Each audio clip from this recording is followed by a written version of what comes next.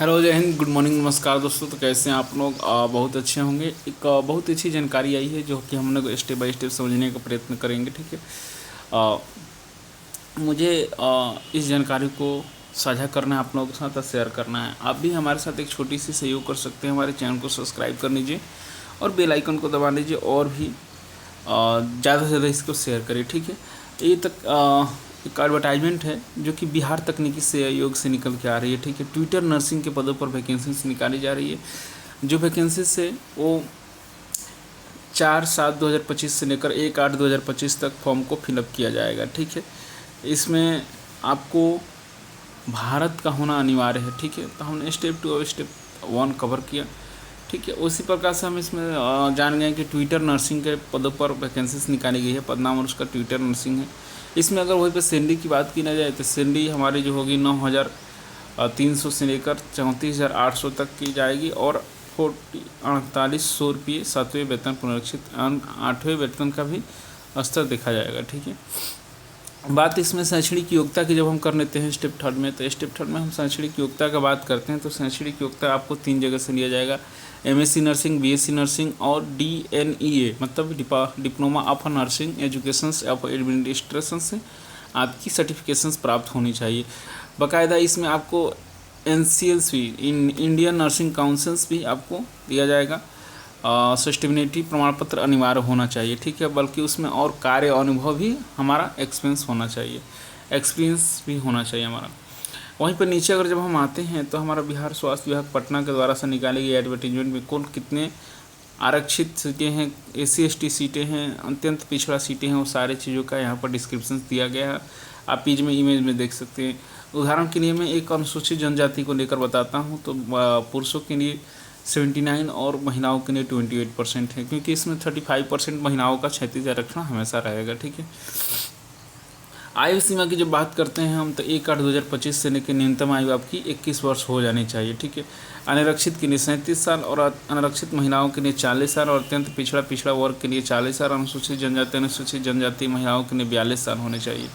आपकी जो ही date of birth की कैलकुलेशंस की जाएगी आपकी मैट्रिकुलेशन सर्टिफिकेट के हिसाब से की जाएगी। ठीक है। मैट्रिकुलेशन सर्टिफिकेट के हिसाब से आपकी कैलकुलेशंस की जाएगी। ठीक है।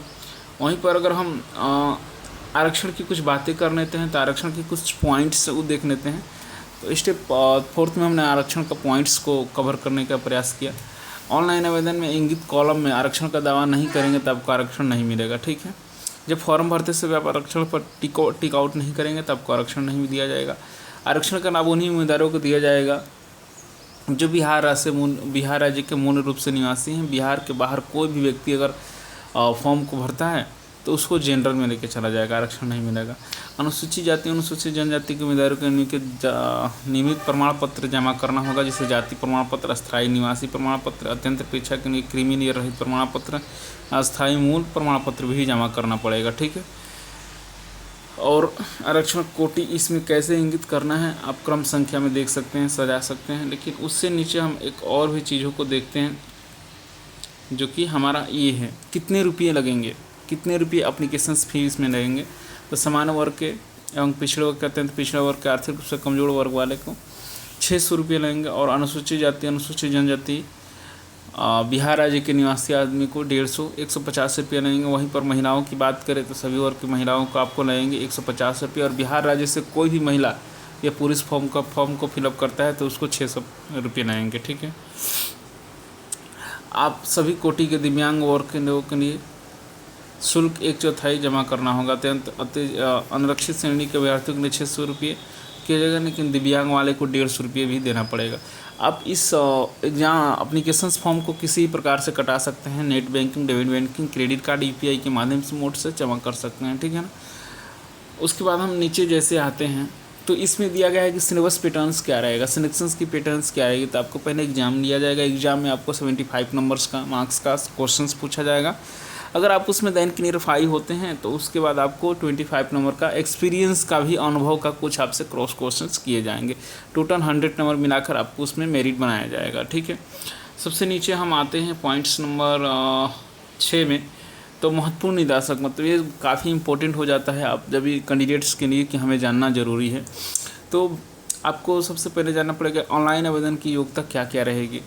तो ऑनलाइन आवेदन की योग्यता प्रमाण पत्र ये रहेंगे कि सबसे फर्स्ट आपको मैट्रिकुलेशन सर्टिफिकेट होना चाहिए, भारत पर मैट्रिकुलेशन सर्टिफिकेट होना चाहिए। सेकंड, आपको मान्यता प्राप्त MSc मान्यता प्राप्त संस्था से MSc नर्सिंग, BSc नर्सिंग या डिप्लोमा फिर नर्सिंग एजुकेशन ऑफ एडमिनिस्ट्रेशन का अंक पत्र एवं मूल प्रमाण पत्र, औपचारिक प्रमाण पत्र होना चाहिए, ठीक है,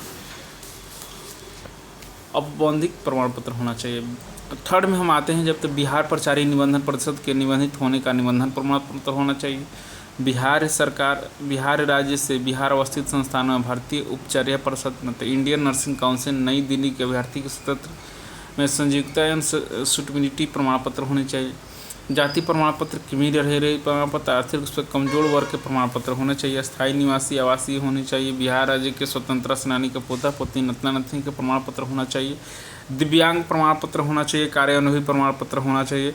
से संबंधित सूचना के पृष्ठ उक्त सही प्रमाण पत्र अंक एवं विहित कॉलम में अपलोड करना होगा। सुनिश्चित करके कोई भी प्रमाण पत्र अंक पत्र नहीं किए जाने पर व्यक्ति को रद्द करने का आयोग स्वतंत्र होगा। मतलब ये प्रमाण पत्र आप नहीं देंगे तो आपको फॉर्म का एडमिट कराने में काफ़ी दिक्कतें हो सकती है और हो सकता है। बाकी इसमें फॉर्म कैसे भरेंगे ये चीज़ें हैं। और ये एक लेटर है जो कि अनुभव प्रमाण पत्र बोलता है। इसको प्रिंट करके इस पर अपना नाम उम सब लिख के और जहाँ पर हमने एक्सपीरियंस लिया है वहाँ से पदाधिकारी से यहाँ से साइन कराकर हम चीज़ों को भर सकते हैं, जमा कर सकते हैं। तो थैंक यू दोस्तों, इतना दूर हमारे साथ बने रहने के लिए। और ये वीडियो कैसी लगी प्लीज़ आप कमेंट करें। और जानकारी काफ़ी शॉर्ट्स और काफ़ी जल्दी से देने के लिए ये प्रयत्न है। और मैं डेली वीडियो एक लाते रहूँगा आपके लिए और आपके उज्जवल भविष्य के लिए। तो प्लीज़ अभी सपोर्ट एंड थैंक यू दोस्तों। जय हिंद।